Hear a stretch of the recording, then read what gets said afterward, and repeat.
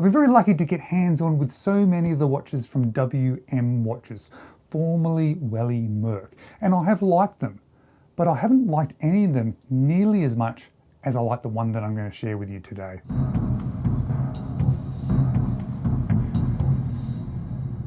Hello, you're watching James. My name's James, you're watching me, and I am talking about watches. And I'm not sure if you are aware, but I put out 3 watch-related videos every single week. And when I do that, I'm very careful to try and what I describe as diversify my content.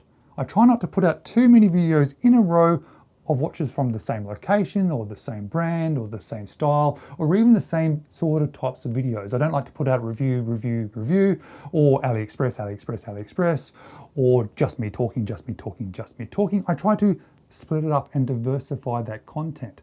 And it's because of that reason and because of what I'm trying to do with my content is the reason why I was not planning on doing a full review of this watch from WM Watches.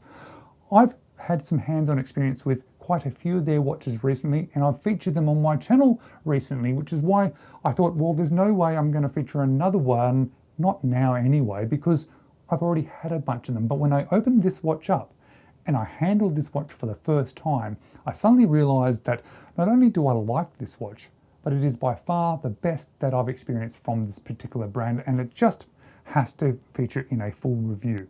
Now this one costs $130 US, which is actually really low priced for what you are getting for this watch.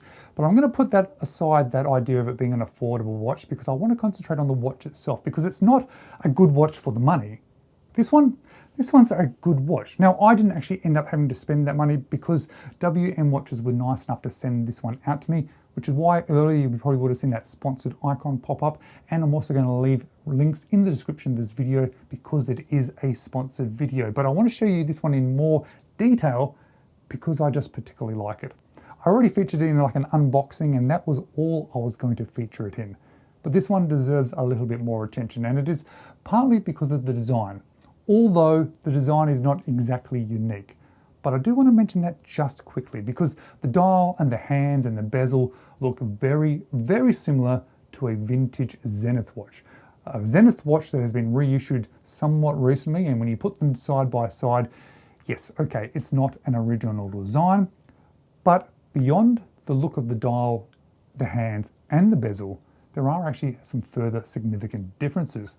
The case shape, the case size, the bracelet, the clasp, all of those are different. So yes, it is definitely a homage. I'm not going to say that it is not, but it is not an exact replica by any means. And this watch, well, it is powered by a Seiko NH35, which is something that I really like about this one. But I particularly like the feel of this watch, especially that bracelet. And I'm going to start with the bracelet because this is quite different from the others from this brand that I have experienced. It is like an engineering style bracelet. It is a sort of a single link that looks like 3 links. It has push pins. It has a nice double trigger, all milled interior clasp, lots of micro adjust. But it's the design that I like, but it's also the feel of it that I like. It's a really nice quality bracelet. But as I mentioned, this is not the same size as the original, because the original I think is a 37mm watch. This one is 42mm. There's a 42mm case. It is 12.4mm thick, which is actually quite thin for a Seiko powered watch, especially this design. Has a lug to lug of 48, a lug width of 20, and it does taper down to 18, which is really nice.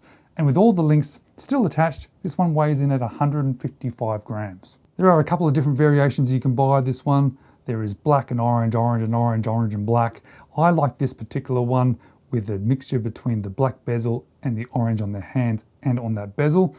But it is actually the sort of quality of the overall watch that really grabs me. It says it has 200 meters of water resistance. It says it has a sapphire crystal. It does sit a little bit flat on wrist, but because of that shorter lug to lug, it sits down quite nicely on wrist. And I just really like the style of this one, mixed in with the quality of this one, mixed in with that knowledge that it has a Seiko movement. I love being surprised by watches, and I am often surprised by them. This was a big surprise because I've already experienced some of their watches, and I think I had a preconception about what their watches were like. They are good. But this one actually might be great. Thank you very much, WM Watches, and thank you guys for watching this video. Maybe you'd like to watch a couple of my others.